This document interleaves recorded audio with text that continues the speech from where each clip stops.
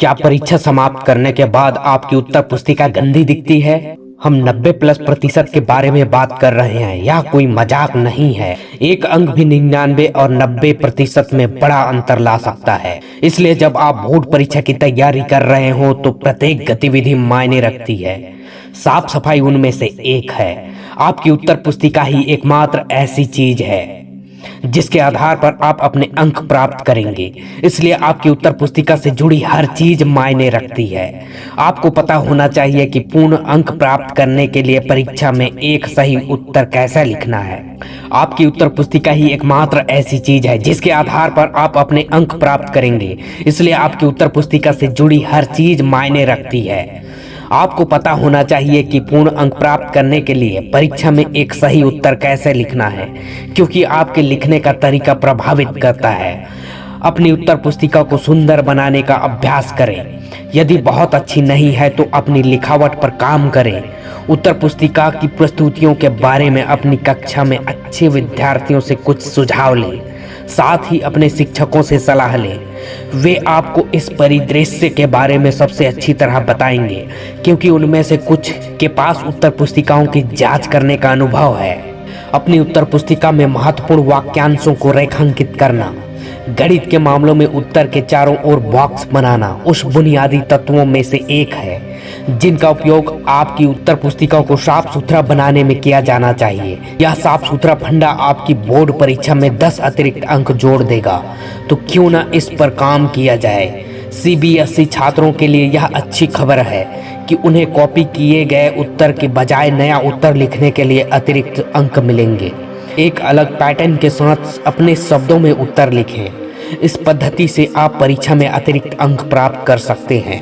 CBSE board ने अलग अलग और अभिनव उत्तरों के लिए अतिरिक्त अंक देने का फैसला किया है। सेकंड, परीक्षा से ठीक पहले की रात। हाँ, आपके लगभग 10% अंक इस रात पर निर्भर करते हैं। इस रात का भरपूर उपयोग करें, पढ़ाई में नहीं बल्कि आराम करने में, जिससे आपका मन शांत हो। मैंने भी अपने जीवन में इस रात का अनुभव किया है। आज मुझे केवल एक चीज याद आ रही है, वह है बोर्ड परीक्षा का डर। कल क्या होगा, कितनी कठिन होगी परीक्षा, इस तरह के सवाल मेरे दिमाग को खा रहे थे। इसी डर के चलते मैंने अपने नोट्स खोले और जरूरी चीज़ों को रिवाइज करने लगा। मेरा मार्गदर्शन करने वाला कोई नहीं था कि मैं उस समय जो कर रहा था वह पूरी तरह से गलत था। मेरे पास अभी अनुभव है और इस प्रकार मैं बता सकता हूँ कि उस रात आपको क्या करना चाहिए। पहला, अपने आप को भूल जाओ कि कल तुम्हारी परीक्षा है। एक पक्षी की तरह स्वतंत्र महसूस करो। दूसरा, कभी भी अपने अध्ययन सामग्री को संशोधित करने का प्रयास ना करें, क्योंकि यह एक रात की लड़ाई नहीं है। तीसरा, जितना हो सके पहले सोएं और लंबी नींद लें।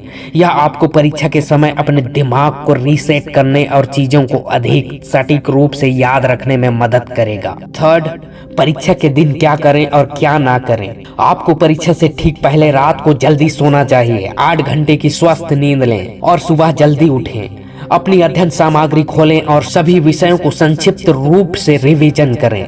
अपने आत्मविश्वास को कम ना होने दें। जब आपको कुछ मिल जाए तो अभी भी अध्ययन करना बाकी है। बाकी सभी विषयों को सिर्फ उसी एक बात से बर्बाद ना करें। आपने 10वीं बोर्ड का सामना किया है और इससे आपको बोर्ड परीक्षाओं का अनुभव प्राप्त हुआ है। क्या आपको याद है कि परीक्षा शुरू होने से ठीक पहले कई छात्र अपने नोट्स, किताबों और अन्य चीजों के लिए संघर्ष कर रहे थे? शायद आप उनमें से एक थे। तो क्या परीक्षा से ठीक पहले उस संघर्ष ने आपकी किसी तरह मदद की? नहीं, उत्तर पूर्ण नहीं है। इसके अलावा यह गतिविधि अंकों पर अधिक नकारात्मक प्रभाव डालती है। इसलिए परीक्षा से ठीक पहले कभी भी पढ़ाई ना करें। अपनी सभी बुक्स को घर पर छोड़ दें। एक स्वतंत्र और तनाव मुक्त दिमाग से जाएं। दोस्तों के साथ विषयों पर बात ना करें। कहीं अकेले खड़े हों और परीक्षा शुरू होने की प्रतीक्षा करें। इस समय आपको बस इतना करना है कि आप अपने आप को और अधिक आत्मविश्वासी और मजबूत बनाएं। फोर्थ, परीक्षा के समय सबसे पहले और महत्वपूर्ण प्रश्न पत्र पढ़ने से पहले यह महसूस करें और दिखावा करें कि आप प्रत्येक प्रश्न से अच्छी तरह परिचित हैं और आप उस प्रश्न पत्र में मौजूद प्रत्येक प्रश्न को उत्तर देना जानते हैं। यह एक आत्मरक्षा प्रणाली है और बहुत अच्छी तरह से काम करती है। ऐसा सोचने से आप और भी अधिक सकारात्मक बनेंगे और आप निश्चित रूप से दोहरा प्रदर्शन करेंगे। मुझे पता है कि आप 15 मिनट पहले से कुछ प्रश्नों को पढ़ते समय अटके रहेंगे और यह आपको थोड़ा चिंतित करेगा, लेकिन उस पल में घबराएं नहीं, रहने दें, बाद में हल करने का तरीका मिल जाएगा। उस विशेष प्रश्न से संघर्ष ना करें, अन्य प्रश्नों पर भी ध्यान दें। हमेशा 5 अंक के प्रश्नों को पहले हल करें।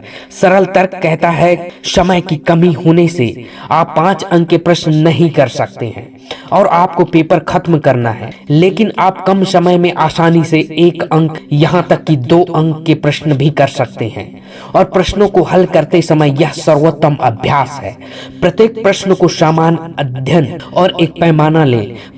प्रश्नों का प्रयास करते समय जब भी संभव हो आरेख बनाएं। आपके आरेख चेकर के दिमाग पर बहुत प्रभाव डालेंगे, इसलिए इसे करें। समय का अर्थ है अंक।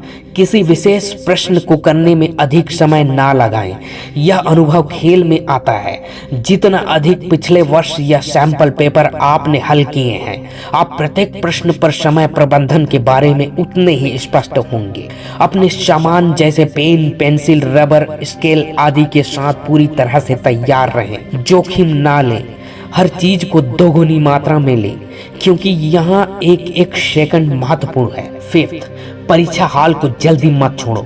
तुम्हारा अभी पूरा नहीं हुआ है। आपने पूरे साल बोर्ड परीक्षा की तैयारी की है और परीक्षा के घंटे 12वीं कक्षा में उन विषयों के अंतिम क्षण है, इसलिए उन्हें जाने ना दें। जितना हो सके इन घंटों का अच्छे तरीके से इस्तेमाल करें।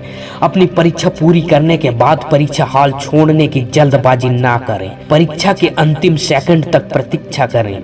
अपनी उत्तर पुस्तिका को 2 बार, 3 बार और बार क्रॉस चेक करें।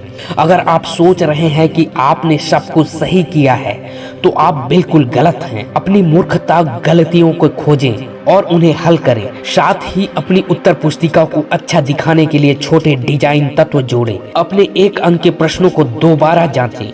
अधिक अंक वाले प्रश्नों में अधिक महत्वपूर्ण पंक्तियां जोड़ें। अपने प्रत्येक उत्तर को पढ़ें और यदि आपको कोई उत्तर असहज लगता है तो उसे रोचक बनाने में संकोच ना करें। जय हिंद।